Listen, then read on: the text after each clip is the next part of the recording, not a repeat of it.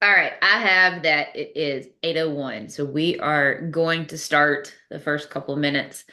Just do a little introduction for some of y'all who may be joining for the first time anyways. So we'll get started and get this thing rock and rolling. So I am going to go ahead and actually, while I'm on here, the first screen of the PowerPoint has a little bit of the breakdown, but I'm gonna go ahead and do that while I'm here and showing my face, I guess, and then we'll hop over to that part and go through that. Because I never can remember if it still shows face screen or just the PowerPoint once I get going. But for those of you who might be joining this for the first time, and aren't familiar with me and who I am Brandi Jackson. And I have been a partner with the Peggy Kirkbell Girls Tour for 12 or 13 years now as part of my business, which is Brandi Jackson Goff, which will be in April, 14 years that I have been doing this, which is recruiting consulting for now, as of a little over half of the 14 years I've been doing it has been strictly just for the girls, which it encompasses all aspects of the process. Obviously the core of the recruiting piece, but so many different pieces, which part of what we're going to talk about tonight is kind of the parent side of things. But quick little background, I'm based here in Greenville, South Carolina, grew up in this area. I played collegiate golf at Furman University. Kind of powerhouse, small D1 program, but really known for its LPGA players. I did go on to play some on the LPGA tour, some on what's the Epson tour now. I did that for about 7 or 8 years coming out of college. I had a little bit of success, but not quite enough. Did play some US Opens, finished runner-up the US Women's Am before I turned professional. So saw some glimmers there, but just not quite enough to just stay out there. And this kind of fell into my lap a little bit with this recruiting piece of things as I was actually planning to continue to play, but was kind of looking at maybe doing something to help supplement some income and really just loved getting back into it just really kind of interests me about this process and what was going on with this and to start work with the junior players. And ever since then, I've just loved having this chance to do this and grow a business and work with the girls. And ironically, a lot of what I do and preach and work with are a lot of the things I didn't do well. And again, I touch on that a little bit in this with my relationship with my parents, who just had lunch with them today. Even some of the things they look back on that they wish maybe they had known to instill in me a little bit differently. And so that's a lot of what I love about this is actually a lot of the things that I didn't do well, I didn't learn and develop that now I get to help the players with a little bit more versus some of these things that I did so well. A lot of people are always like, teach my daughter how to do these things that you did, or you look at these great players and it's like to show my daughter how to do this. And for me, it's really been a lot more about the things that I wish I had done a little bit better. I wish I had known and that I've learned through my business that I love teaching the girls so that they don't miss those opportunities. So I can talk about that all day. Love what I get to do. Love this opportunity that I have to maybe change the direction of a player a little bit more. Maybe just get them to have a little bit more of an opportunity to, give themselves a better chance to, find their path, or whatever that might be. So, anyways, like I said, I can talk about this all day. Love it. Love what I get to do. Love this opportunity. Also, as I always have to say before I do this, this webinar, I have 3 dogs in the house. We never know how many I might have. I do foster dogs. It's something that I love to get to do. There are 3. They are currently all snoozing and chill, but we never know what may happen. So if you happen to hear that go a little crazy, there are 3 in the house right now. So I have to always forewarn of that craziness. But I'm going to flip over, share my screen. We're going to go through. I don't have a ton of slides. I don't have a lot of like graphics and a bunch of stuff on this one. Let me get computer's trying to update. More just kind of talking and going over some stuff. If you'd like, uh, as I always say, I have, even though this isn't a big, heavy like recruiting webinar, you're welcome to set up if you're Bill PKB national member, you can set up your 30-minute intro to the recruiting process consultation. Interested in working together, you can set up a call with me as well to talk about that. Got some opportunities for some more in-person sessions coming up too for on-course evals and stuff. Super excited about those things too. Been working on my schedule for that. So, but let me flip over and get my screen up and going. All right.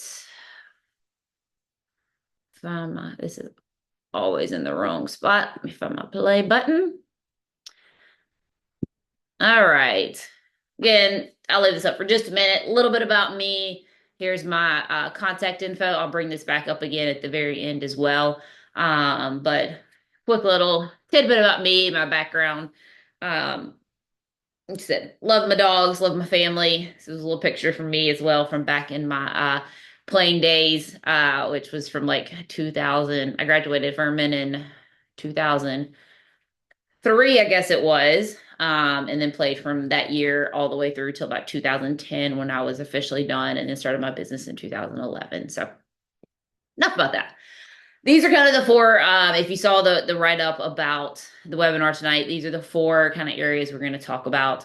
We'll bring these up as we go through them, but tools and strategies um, to help stay involved without overwhelming your daughter, how to create ownership and independence for your daughter to manage her recruiting task, a little more college recruiting specific.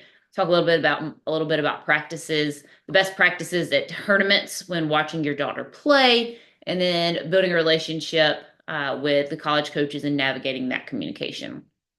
So first, we'll talk a little bit about tools and strategies to stay involved without overwhelming your daughter. So the short version of this is kind of how to support without pushing too hard. I had a dad ask me this exact thing several years ago. It was really a great question.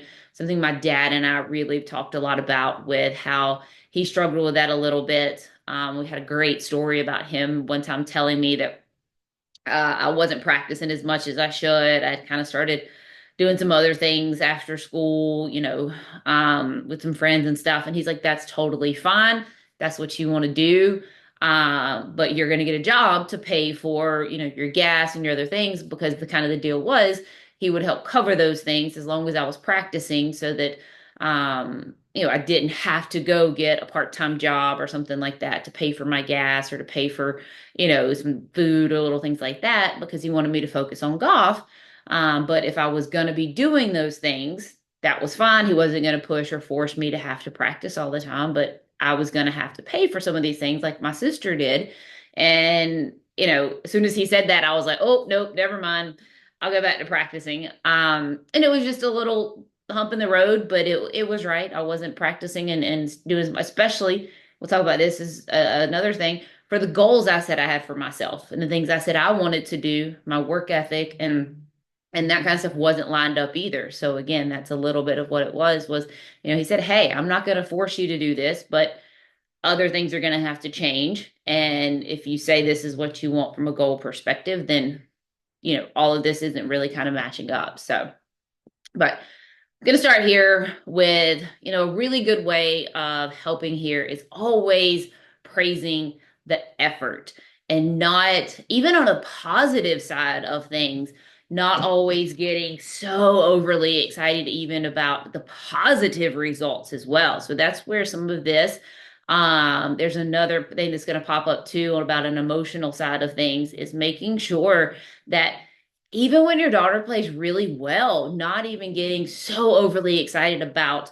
the positive side of things too, because then you're still putting so much emphasis on the outcome and the results and the value on the playing well too. And so just really always trying to praise and put the focus in on the effort, the work over the outcome and the results.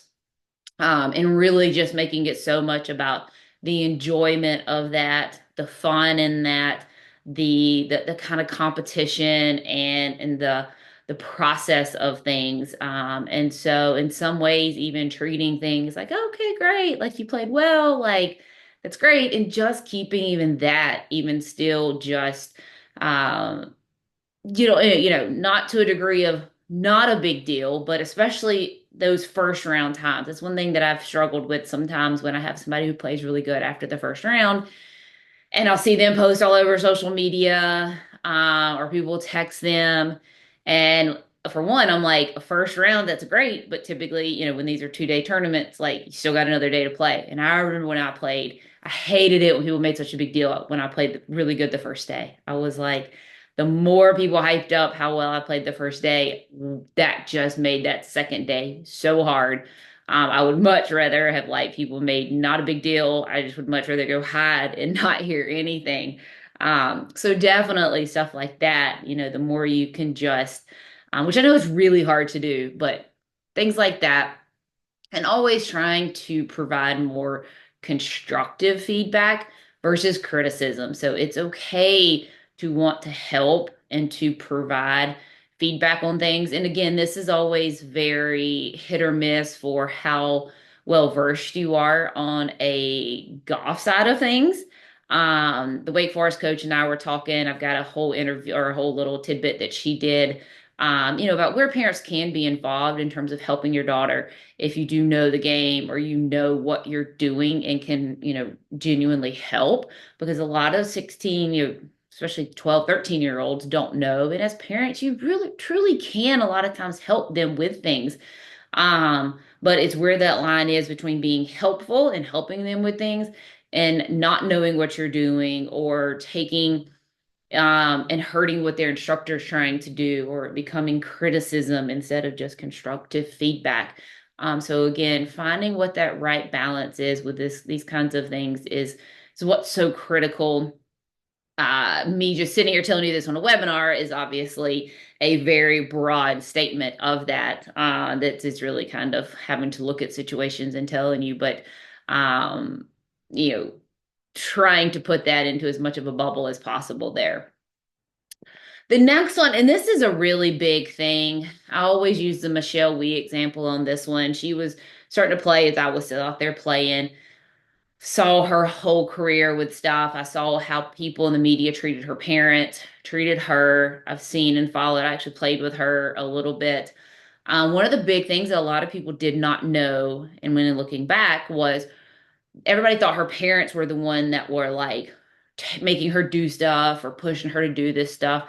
But the actual fact is it was the opposite was, they really did not protect her probably from what she was trying to do. Maybe not necessarily her on the burnout side of things, but, in looking back, they didn't keep her from wanting to do all this stuff that she was doing that was probably way out of the right steps and the right progress of doing things. But it was her doing it. It was her just saying, hey, I want to do this and I want to do that, and not stopping to say, okay, maybe we're getting way ahead of ourselves. We need to maybe like take it back a few notches and not try to play the PGA Tour when you're 13 years old. And let's try to win some junior tournaments first and maybe some LPGA events and then let's test the waters there.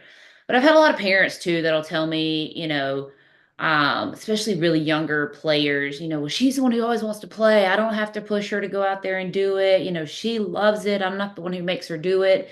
She wants to play tournaments all the time.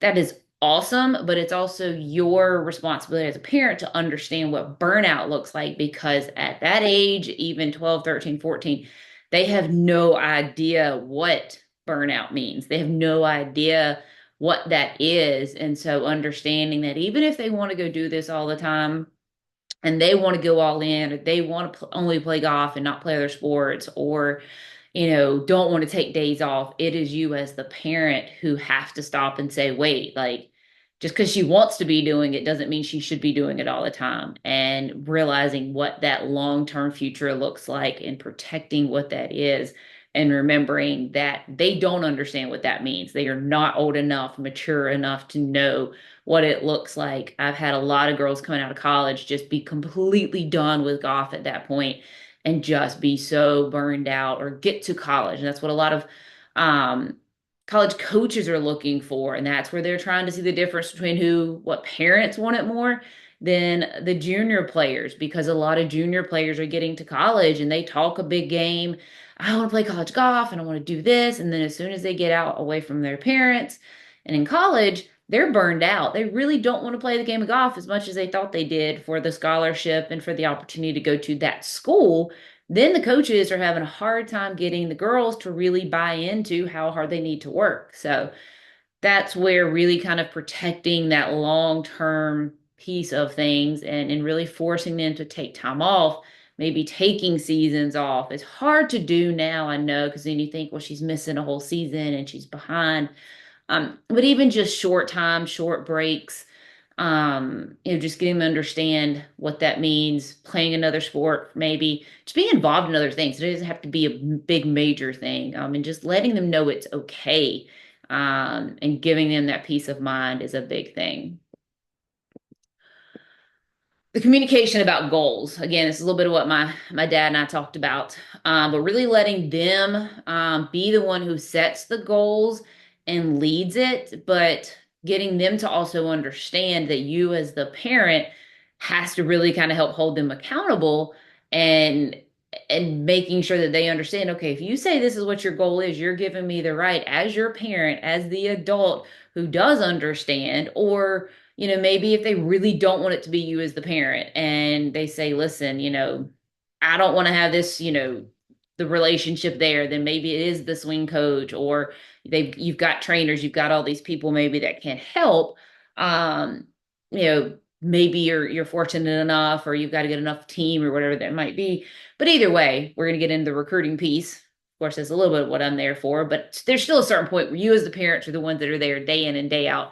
They're going to need your help to hold them accountable for actions, habits, all the things that they're doing to make sure that they are doing the things they say, that doing the things that it takes to do what they say they want to do in the end. And in little bitty habits, little things, and that they're doing what they say and just continuing. I think this next one, okay, I was thinking that the next slide said it, but just continuing to kind of check in on those things. And just making sure that as you maybe reach a goal or you get closer to things, or as she matures and you can maybe see that she's kind of getting away from what she maybe said, is okay, are you changing your mind and your goals are changing? Because that's okay if that happens as well sometimes. But just really kind of checking in. Mental health obviously is a big thing these days. Are you just really changing what your goal is? But also sometimes making sure we don't, really let them just give up either. There's definitely some thin lines here between giving up and, um, you know, figuring out where their mentality is between I'm just done, I'm over it, I'm ready to find something else to focus on, and being okay with that and saying no, like I want to focus on something else and set a new goal on a totally different thing and move on. Or is it just kind of giving up? Is it, just giving up and just not in a healthy way of kind of giving up. Just trying to figure out where their mentality is and their mental health is about it. And do you keep pushing them and say, no, you shouldn't give up, keep working, keep trying, and trying to keep them from giving up? Or do they really truly need to move on and they're okay with it and we need to maybe find something else? And it's okay. Maybe college golf is not that big a deal and it's okay, and let's focus on academics, or let's focus on this other activity or whatever that might be. These are two big ones for sure. And these are definitely things that you as parents, it's something, both of these are things that probably when I look back, my parents did not, my dad, or both, but we talk a lot about. I even look, this is probably the biggest things that held me back, even all the way throughout playing on tour. And it's something that is hard for parents to do. It's hard for, well, not for all parents. I think some parents maybe have it a little bit easier. Um, but for me, the reason why it was hard was because my dad didn't want to make me uncomfortable in a lot of such situations. So, like when I didn't want to have to go talk to the tour rep out on tour about needing, a new driver or something, like he would go do it for him. My dad caddied for me in my first year, which was another kind of keeping me in my comfort bubble and not letting me be as independent as I needed to be. I struggled with it when I first got to Furman. I struggled with meeting people and talking to people. I didn't do well with walking into the dining hall and meeting people. Time management was definitely not great. So these are definitely things that college coaches look for in a recruit. You as parents can very much help them develop, getting them to learn to be more independent. Just little things. I talk with all of my players about this. We did a group chat a couple weeks ago about things. I gave them a whole list of little tiny things that they can do to just start creating a little bit of independence. Calling and making their own lessons, calling and making their own tea times at the golf course, learning just to cook one meal a week sometimes so that when they get to college, they know how to just cook a couple basic meals. So many little things that they can do, just the tiny bit of time management too, just starting to set a little bit of a list every week, just starting to look at little times where they're losing some time that they can improve their time management. Nobody's going to be always be perfect on that, but helping them create these things, creating their independence, especially once they're able to drive, just letting go of the reins a little bit, helping them do these things, because these are two of the biggest things college coaches talk about that they look for with recruits, because recruits have to be independent and be able to manage their time when they get to college, and you don't have a lot of time to catch up on it. Coaches are not there. That's the biggest thing, is the college coaches need the recruits to be these way, so because the coaches aren't there. They're only there when you show up for practice and when you leave for the bus. Otherwise, you are there figuring all this out on your own, and coaches don't get to babysit you and take you to do all these things. So when you're struggling with all of these things and then you get to practice and you're all out of whack and you get ready to leave for a tournament and you've missed this assignment and you've missed that, and you're in trouble because you didn't get to class or you can't keep up with things. I mean, all of this affects your golf game, and it just all compounds. So reminders for them are great. But really letting them do the work and helping them set their schedule, but just kind of checking in. Did you get everything done yesterday? What can we do better? Those are big things with that. So, okay. Let's talk a little bit about the recruiting piece and helping them to create ownership and independence with the recruiting task. So obviously a lot of us are here for the recruiting piece. Resume research and emails, some of the initial pieces of the recruiting process. These are skills that girls have to learn when they get to college, out in the real world, is how to create a resume, how to do basic research, how to draft emails. These girls are going to need to learn these things for college. So if you do this for them now, you are only going to set them back for learning how to do these things. Assist them with it for sure. So what I do with the girls, I give them the templates, but I make them do it. I'm going to help them in every way possible. But I'm also not going to get, even me personally, I'm not going to fix it all for them to make it look just perfect. I'm going to give them suggestions. And if they keep coming back and don't fix it enough, then I'm going to say, hey, this is what you want to send out to a college coach, and this is what you want it to look like. This is what we're going to send it out, because this is the level of what like effort you're putting in. But that's what the college coaches need to see. They need to see what effort the players are putting in. But either way, these are things the girls need to learn how to do. I know it takes time. I know a lot of times as parents, it kills me sometimes when I have a parent, well, my daughter just got this, and this, and this. So does every other player out there. Every girl out there. There's so many girls out there that are really good academically. There's a lot of homework, a lot of class, has this other, uh, group that she's in, an activity that she's in. A lot of them do. And I mean, these girls, there's plenty of girls out there still getting this done and doing it. And the coaches know when it's coming from them versus the parents. So help them with it, give them as much help as possible. The resources they need to help, and not just expect them to just go figure it out themselves and then it be wrong.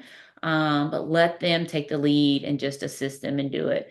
Same thing with all of this, the interview part of stuff with coaches, the ongoing communication piece, help them with mock interviews. Definitely make sure they're prepared for those times to talk to coaches, It's a big thing. I've had some girls that just walk in and they totally rock it on these initial interviews. Like when I do these mock interviews with girls before they've got calls, I have some that are just great. I have others that, I mean, I have to really walk and guide them through how to ask questions and be prepared. But encouraging them to talk to the coaches, ask questions to the coaches. If not, they're not going to find a good fit. They're not going to impress the coaches. I just had this happen last week with a player that I was not working with prior. Reached out to find out from this coach, what was a reason, kind of why sort of thing. And it was specifically because the interview, the after, was interested, the coach was interested in the player. But the second interview or something it just didn't go well. The player didn't have any questions for the coach, and it quickly, that was it. That was the end of that interest. No fault, nothing negative. It was just like, well, I just guess she just wasn't that interested. She really didn't come to the interview with any questions, didn't seem that interested. So I just wrote her off the list. And that was not the issue. It just was there was just no preparedness for that conversation. Also, but at the end of the day, you as the parents cannot speak for them and answer for them. Big, big turn off. I did just have another coach tell me they had a parent player come in and it was the same coach. I was just we were on the phone for about an hour just talking and ranting about stuff. And she said she had a player she was really interested in, but on the call, everything on that call, the dad just answered everything for the daughter. And a lot of it was a we thing. We do this, we do that. And so that was a double thing. It wasn't just answering for her saying she does this, she does that. It was a lot of a we thing. Um, and two big red flags there. So really make sure that, as hard as it might be sometimes, to let them stumble over things, maybe not answer things perfect. But you really got to let them speak for themselves, do most of the conversations. The next piece is going to talk a little bit more about that. But really make sure you let them speak for themselves. Push them to communicate, stay in touch with the coaches, check in. Are they staying in touch with coaches, sending out the emails, again, depending on where they're at in the process? How much are they doing follow-up emails? Are they, staying in touch with them? Those kinds of things. The decision making part, I put on there again. That's just another part of, helping them. Obviously, that's a piece. We'll touch on that on the next piece. I added on this, but this kind of comes into a little bit later, actually. So we're going to skip that being on this slide. All right.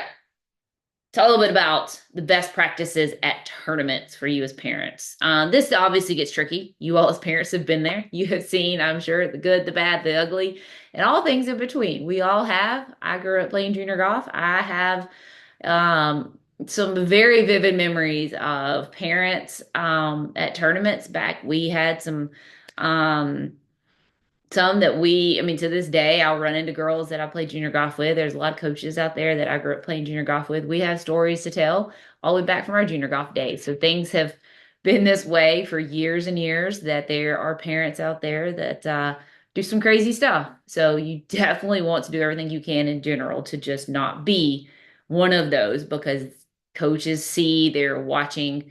Obviously, they're watching for extreme things, but then from there, they are watching for some little tidbit kind of things as well, that help them see, is your daughter, again, back to this independent thing, are they able to handle themselves?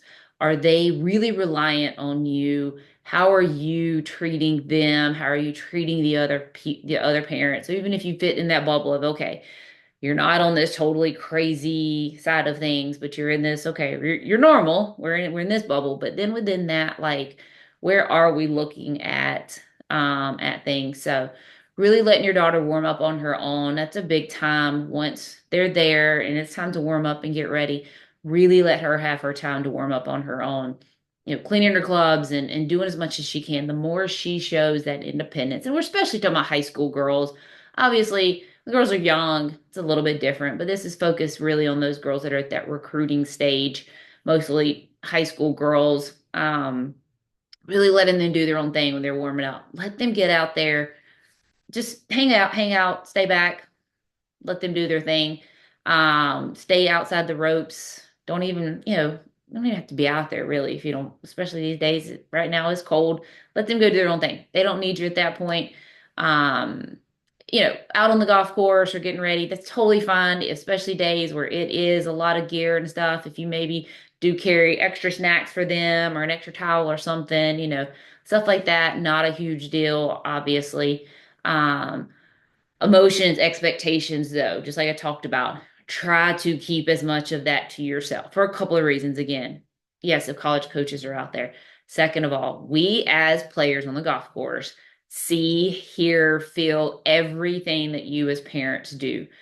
You don't think it. You may think that you are hiding. You may think that something you're doing means nothing. And even in the most, sometimes it doesn't. I can remember, this is no joke. My dad would be over there swinging his own, like his little seat, swinging it. And he was probably over there thinking about his own golf game. And in my mind, I'm thinking he's over there trying to like figure out what's wrong with my golf swing. That's what would go through my head. And I promise you, your daughter. So don't me wrong.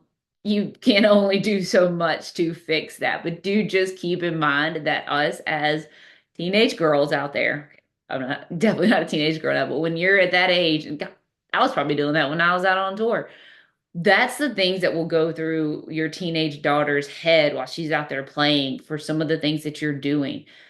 So again, the highs, the lows, try to keep as much contained as possible because every little thing you do really does heighten the anxiety, the nerves, no matter what your daughter says that she's not experiencing, she is still experiencing most all of that. And if she thinks you're adding any kind of emotions, it just heightens it.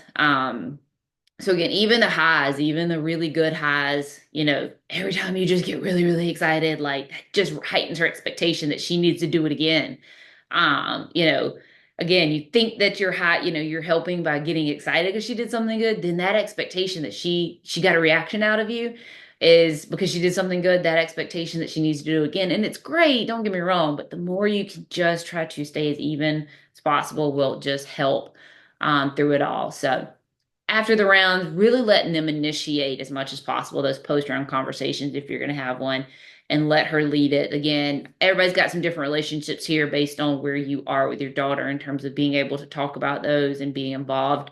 Some don't have them at all. Some don't know about golf, don't have them. Some can have them and they be healthy, wherever that may be. But really trying to let her start that and lead it and trying to be as positive, but yet also take from them what you need to in order to get better. So I'm also big on you need to look at the rounds and take from them and get better. You just maybe don't want to do it, right after. It may be the next day. If you do a stats app, I'm getting ready to do that with all of my girls, is getting them to start working on stats. I'm trying to look at things really truly from a non-emotional side of things. These are your stats. This is what you did. This is what you need to work on. Move on and work on it. No emotion to it. No, all of that. Do it when you're ready. Put it in. Let's move on. If you do see, one thing I do always say is okay to address really crappy attitudes, give up attitudes, bad behavior, um, bad attitude to other people on the golf course. I'm all about it. If you want to address that, like you go right ahead. Of course, y'all are parents, these are your daughters. But just from a athletic standpoint, anything like that has grounds, I think, for some not for addressing it and having a conversation that's not really okay. Now, getting a little mad about bad shots, a little bit of anger, being mad, being upset about bad shots, that's okay as long as you get over it and you move on. The Another coach I was talking to not just last week said, hey, I'm okay with seeing a little bit of getting a little mad, getting a little, fired up. Like that's okay. Like you kind of want to see a little bit of that, but really poor attitude. Again, most everybody should know the difference between just a little fire, a little, anger, just a little bit, be able to then just shake it off and go on to the next shot and use it for positive. But any sort of poor attitude, throwing clubs, misbehaving, tearing up the golf course, treating your other partners bad, cheating, any of that, definitely room to address that and should be. If you see God, and also one thing is you see a coach at a tournament, coaches are different. Relationships, you may have a coach with a different, tend to say always lean towards letting a coach speak to you first. You just don't ever know, even if the rules do allow it at that time. Sometimes coaches just don't want to talk. It's okay to maybe just, if you know the coach, you're familiar with them, say hi, but try not to just get them caught up in conversations. Let them lead it. If you do at least speak, let them then lead the conversations. There are some coaches who really do just want to go out there and recruit and not talk, not get caught up talking. Really just be cautious of that. I'm not saying don't just speak, but really let them talk because again, you never know again what rules maybe fall into that. So just always be somewhat respectful of that. Some coaches really just enjoy that time out there to just walk, recruit, focus. They maybe don't want people to assume certain things, so just kind of be mindful of that. Speaking of that, building a relationship with a coach and navigating that communication. So we're gonna talk a little bit about that. So when to talk? First, your daughter as the recruit should do the initial 100% the initial. That initial email has to come from your daughter. You as a parent should never email the coach first. Really, you as the parent should never email the coach at all until way into the process when it is appropriate. The initial email has to come from your daughter and not from you on behalf of your daughter or you pretending to be your daughter. It has to be her sending the email and her work, her words, all of that. And she should do the majority of the communication from that point on. It is okay though, pending whether you have a campus visit that comes up or a potential virtual like family meeting, that those are definitely two times for there to be a family meeting. For sure, parents should attend the campus visit, at least one parent. Only 99% of the time, a coach is going to expect one, if not both parents, to be there for the on campus visit, pending whether there's travel, flying, and both parents can go or not. But they're always expecting parents to be there for that. And if not, a lot of times, some coaches sometimes will talk to the player several times. Maybe you haven't gotten to a visit yet. Maybe you're thinking about that. It's definitely okay if you're maybe it's an unofficial visit, especially, and you're thinking about expenses and flying, and maybe you've got some questions, and you as the parent have not talked about those things yet to ask for a call where you all as a family talk and you do have some questions. Again, that would be a good virtual family meeting to have if that has not happened yet. A lot of coaches just automatically do that. They'll just recruit and then we'll talk for a little while. And then once you get into a little more serious potential talks, especially if the visit isn't like an easy thing to maybe do and it requires travel or something, those obviously, and there are some coaches that are more apt to talk to parents and you maybe do see them at a tournament and you build a relationship. So I'm not saying that there are not exceptions to this where coaches do talk to parents a little bit more and are totally okay with it and it just kind of flows from there. So I'm not saying there's not appropriate relationships and times for that to happen where it's but just really be mindful of it and make sure you don't overtake that between your daughter and the coach and not let them build that relationship too. Some things to talk about when you do that are okay. If you haven't, if it is really kind of that separate relationship, it's definitely okay to talk about any questions, concerns about the financial side of things. So once that becomes a question, then maybe the coach asks your daughter about those things, or you're just kind of getting to a point where you're trying to kind of make some decisions and you really haven't had a chance to talk about that. Obviously those are some times where you could ask the coach or tell your daughter to say, hey, my dad, my mom, parents have some questions about these things, wondering if we could all talk, or again, try to go through your daughter with it, or you could send an email and just say, hey coach, just want to introduce myself. We really feel great about things, but just wondered if maybe we could talk a little bit more about the financial piece of things, something like that for sure. And then at some point, to have a little bit, if you don't have it on the visit, or if you're planning a visit, their expectations and some of the team rules. I do think it's okay. So again, not all coaches maybe are totally on board with it. Some really do treat it like differently, but I do think that like it's okay to have a discussion about what their expectations are, team rules. Because in the end of the day, I mean, this is who you are putting your daughter in the hands of. I mean, I do think it's okay to have some questions as far as that goes and ask some of these things about some of the team rules or what their expectations are of your daughter and certain things like that, because again, they're going to be responsible for your daughter in a lot of ways. And you may have some more questions like that, and I do think that's typically going to come up on a campus visit though. So again, if you've got that coming up, that is where you can have those conversations during those kinds of things, and some of those things are definitely okay to have, some of those types of things for sure. So nothing wrong with talking about those. Most coaches respect that, understand. Again, some kids are still only 17 years old when they're going to college right now. These coaches that, understand it should have that respect that you really just have some of those questions. So, um, well, I guess it is the last slide. Oh, I wasn't sure if that, I couldn't remember if I had one more after that. Let's say we're going to go back to this one. This is really just kind of wraps up a few things. I added these at the end, but we ran over most of these. I am just going to switch it back and stop sharing and get back to my home screen. Um, Let me bring this back up. Okay, back to home screen, back to me. Let me grab a little bit of water here real fast. Okay. I mean, I know it's getting not late necessarily, but um since this is a parent call and parents are usually the ones who always have a lot of questions, if anyone wants to type in the chat box a question or two, I'm happy to answer one or two before we wrap this up. On some of these, I kind of wrap it up and we don't. But I hope everybody got some good info on this one. It's always a sensitive thing to talk about.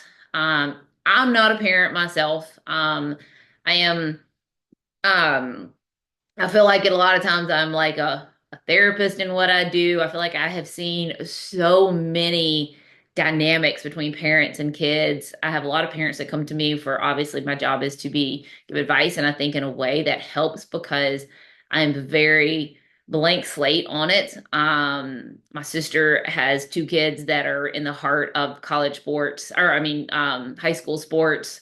We both played sports growing up. I talked to my parents a lot about my process with stuff, as I said, and how we look at things that if we had done things different, what it might, I mean, again, not out of a regret thing, but how things went with me and how I look at things. And again, what held me back. And that's why I love what I get to do now is maybe changing a few paths by what we didn't know, and we just didn't know better. I mean, I grew up small town, small little golf course. My parents did a great job. We have great relationships, so I'm glad nothing ruined my relationship with me and my dad. He was very supportive. It was awesome. But it um I do love this opportunity to kind of talk to the parents because, like I said, it was a great relationship that we had. Especially my dad caddied for me and caddied for me in some of the biggest moments of my college golf and college or amateur golf and professional. He caddied for me when I got my full LPGA status, U.S. Women's Am. When I finished runner up, he caddied for me. So he was there for some big moments, which was really cool. So, all right, this isn't parent involvement specific, but I did just get asked when is the best time in high school to start reaching out to the college coaches. So my two favorite words are it depends. And this one definitely is. And it's because um, the best time, the college process and reaching out to coaches is more dependent on your resume as far as like tournament scores and where you are with experience. And like more important, your tournament scores than it is your grad year. So try to sum this up as best as possible. If you are a top ranked ninth and 10th grader, as in from a girl's perspective, scoring average wise, if you are 75, 76, 77 average and under as a ninth, 10th grader, you're top 100, 200 ish ranked in your class. It's hard to say in the state because every state's going to be different, big states, small states. I like to really kind of put on a scoring average perspective too. Again, the girl side of things pretty consistently kind of mid 70s as a ninth grader, 10th grader, non-high school tournaments. This is state level, regional level. Um, you're kind of top ranked in the country. Yeah, I mean, you need to be reaching out to coaches at that point. If you are still mostly 80 and up with your scores as a ninth grader, and especially early 10th grade, then recruiting wise, there's not a lot you need to be doing yet. Coaches are not, you're not on a coach's radar. Emailing coaches at that point, not going to do you a lot of good. You're going to hear some people probably say, you got to start the process early. But coaches are not looking at players that are still shooting in the 80s and even kind of high 70s as eighth, ninth, and still early 10th grade. They're just not even, they've got so much else going on that they don't care at that point. I mean, it's just kind of how it is. Now, as you get into spring semester, um, even those players potentially would still want to go ahead and start the process. But even then, this June 15th date, which is the June 15th going into your junior year, is when the process will kick off for rising juniors. That's when coaches can then reply to your emails and talk to you. But that is still a very top heavy process. That is when those top ranked players, top 100, top 200 in the recruiting in your class, will have the most activity. And then it just trickles down from there. So again, you still got all of that activity to happen before the process ever gets to you. And it's really not going to get to you until spring of your junior year. So there's definitely things to be doing, things to be aware of, tournaments to play in, making sure you're doing the right things from coaching perspective and all that kind of stuff. And sometimes when you're just on the bubble of that, yes, you may want to be doing some stuff to try to give yourself the chance that if you kind of turn that corner, you've maybe given yourself the chance, maybe get invited to some of their prospect camps. So there's this little window there, especially kind of that high 70s range. I have players will start doing some stuff, but I'm very adamant that when you start early and you're on that bubble, you're in for a long process. You've just got to stay patient. So hopefully that answers. It's a tough one just because it's more about kind of where your scores are than it is your grad year. How often should you reach out to coaches or colleges you're interested in after the initial conversation? Should you give them updated results? Yes. So assuming if it's after an initial conversation, then that likely means you're at least a junior because you're having conversation. So if a coach, again, this is especially if a coach, I'm going to answer this specific.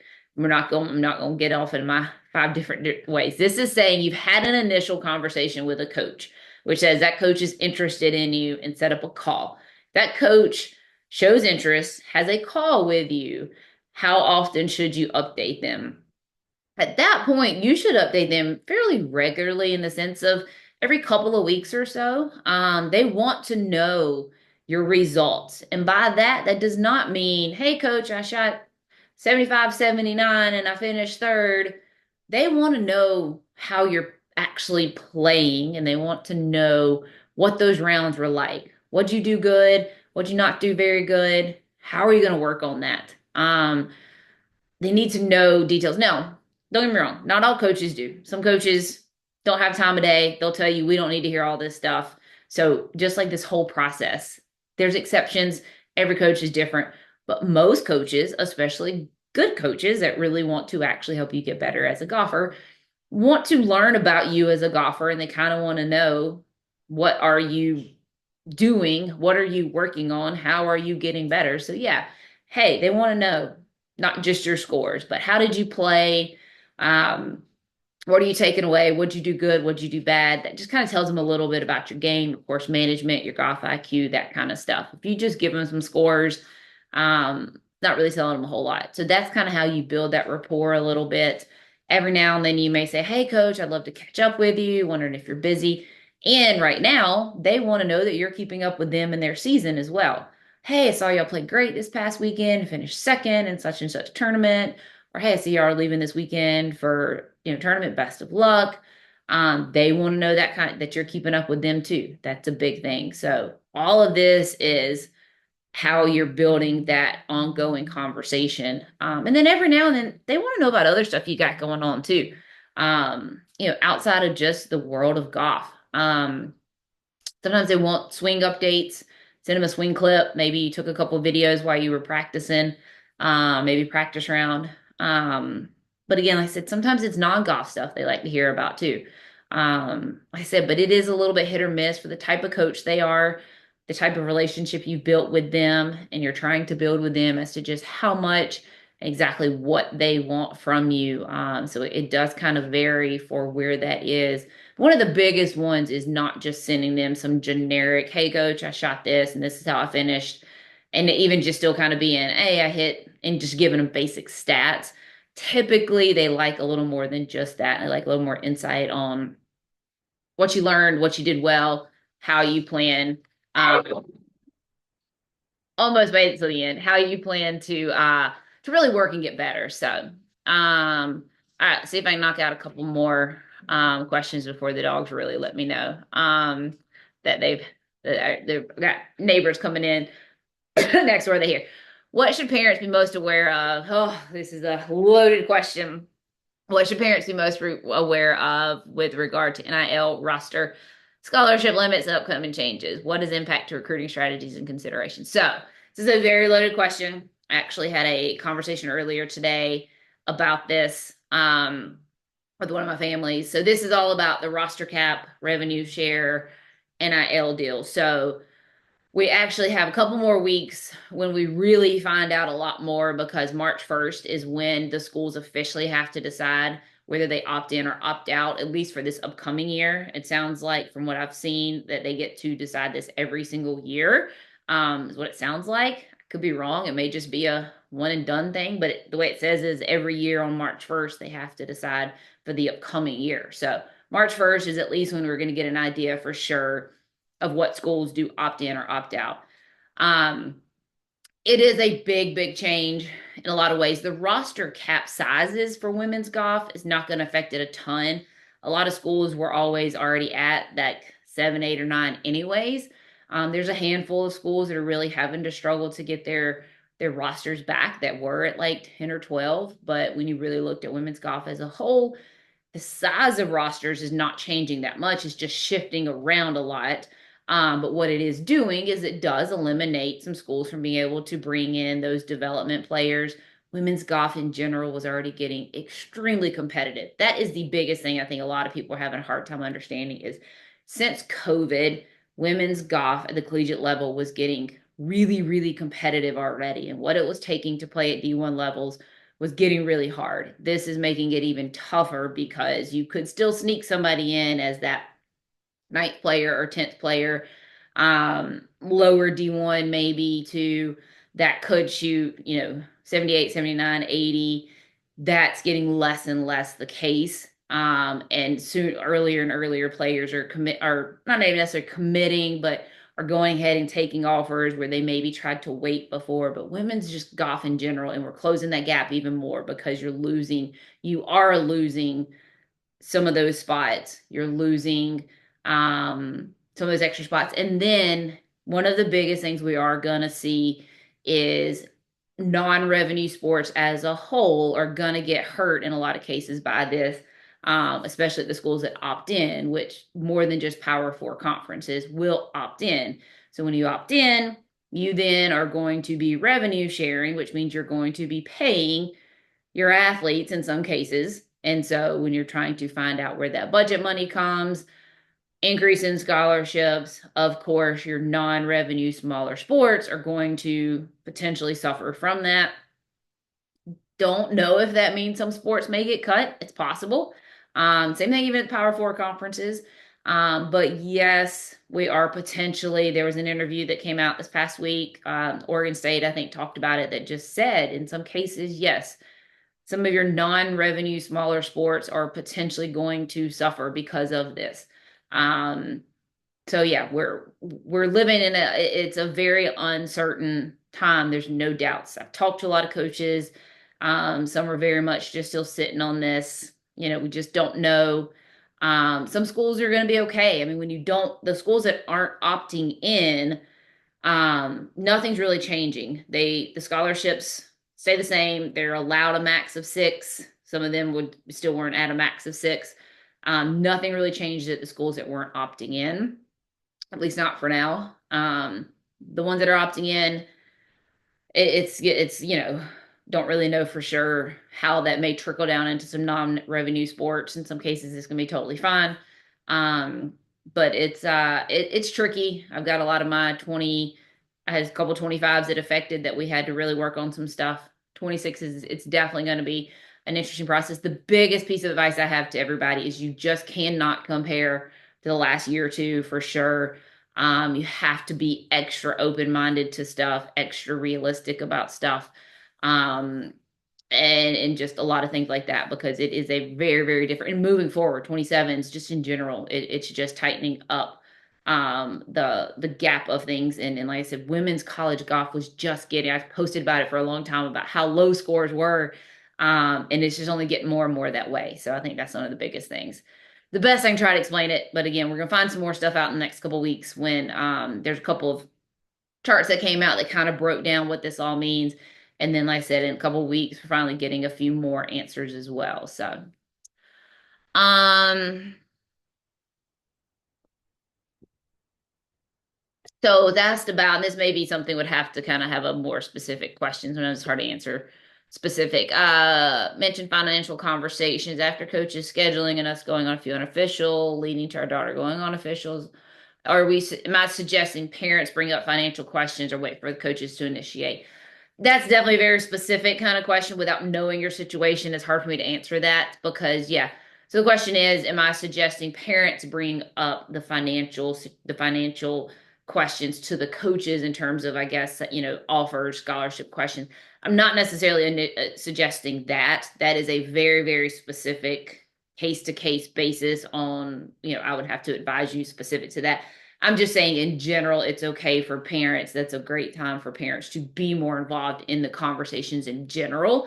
If you have not, I mean, I've had some players that literally not until they got to that point have their parents even been a part of the conversation. I mean, today, I had one of my players that I've been consulting for a year. It's the first time I've talked to her dad today the entire time. She's just been so um, mature and just been such on the forefront of the conversations. Her mom's been on a couple of calls, but today's the first time I've talked to her dad. So I'm just saying more about just the parents in general. Now, I'm not saying you may not be in a position to have those conversations at this point, but without knowing your situation, where you all are at, I couldn't advise on that. You may be at that point, and it may be something for the parents to lead versus the dog. That gets very tricky. That would be something I would have to know more about and advise you more on individually to know for sure about that. How might Title IX impact women's golf with regard to the revenue sharing? That is definitely another tricky one. Title IX obviously helps protect the women's side a little bit more on things. So sorry, this is a direct message, so I don't think everybody's, sometimes I forget to re read the question. How might Title IX impact women's collegiate golf with regard to revenue sharing? Now, the revenue sharing piece, not necessarily, but just in general, the Title IX will help a little bit on some of the women's sports side of things, because obviously that's still in effect, from, in some cases, a numbers thing. But that gets tricky because Title IX in some ways is a lot different than I think some people's understanding of it. But it does help because, yes, when they're going to start looking at budgets and what are they going to cut, obviously they have to maintain equal numbers in terms of all of that. So it may mean a men's sport goes first in order to, but because they're cutting so many teams and like the football programs are already kind of like going, again, we're not sure where those numbers will come from. You just don't know. But yeah, I mean, of course, Title IX still helps protect the fact that you can't have unequal numbers. You can't have all of that now, for now at least. I mean, at this point, honestly, I mean, so much of just rules and policies have really kind of gone out the window in general, but I don't think that one's ever going to. Then hopefully not. But for now, there is a little protection to it. Um, in the fact that sometimes a smaller team like golf can be a benefit. It depends on what you're looking at. It definitely becomes a numbers game for how many, what's the budget versus the amount of players that you would be gaining or losing to balance out what else you're adding and losing. That's where they look at things for number of bodies versus budgets. That's a lot of what they look at with stuff. We had it happen with when they looked at, like, I think it was back in the day when they were looking at Clemson for what team were they going to add. And so like it's kind of one of those, they added rowing or something at Clemson. And this wasn't totally the reason, but they added a team that allowed them to add like a team of like 30 people because it allowed them to have, more females on a team versus women's golf that was only going to have their 9 people. So it's like, hey, if we're going to invest a $300,000 a year, whatever, and that was all that team. It was a rowing team, I think is what it was. And everybody's like, why are you adding rowing when you've got this great men's golf program and you still haven't added women's golf? And it was because, hey, if we had rowing and it's a similar budget, we get 30 girls on the team here versus if we had women's golf, we're only adding 9 people. And so from a Title IX perspective, it made more sense for them because then they could have more men, in other spots, basically. So on the flip side, it potentially helps because when you're looking to cut something and you're cutting 2 things, you cut a women's team that cuts, only 9. It just kind of depends on how you're looking at stuff like that. So, all right, well, I did get asked if you could talk with me more specific. I mean, that would require an actual like consultation session and stuff. That was asking about this in order to dive into all of that. I mean, I'm happy to set that up and schedule that. But to get into really specific questions like that you're asking about the financial questions and stuff, I mean, we can definitely schedule that. It's just when we get into really specific stuff like that, we would have to just schedule that in order for me to set that time aside. I'm happy to do it, but that is what my hourly consultations are for. Especially for us to really get into that, I'd have to really kind of learn more about the process and everything. So that question there for about that. But yeah, anybody who does have those questions, just reach out. If you didn't get my email or anything, just shoot me a message. You should get an email follow up from this too, if not. But shoot me a message. You can find me on Instagram. But my email is at the beginning of this. I said, if not, you'll get it through the registration. I'll send out the recording probably tomorrow. Sometimes it takes a couple days for PKB to get it on to YouTube. But I thank everybody for being on here again. We'll do this again next month, different topic. So hop back on here if you can. Next month, I'll be out a couple times this spring as well for some tournaments. So look me up there too as well. And I will see everybody around. Everybody have a great night.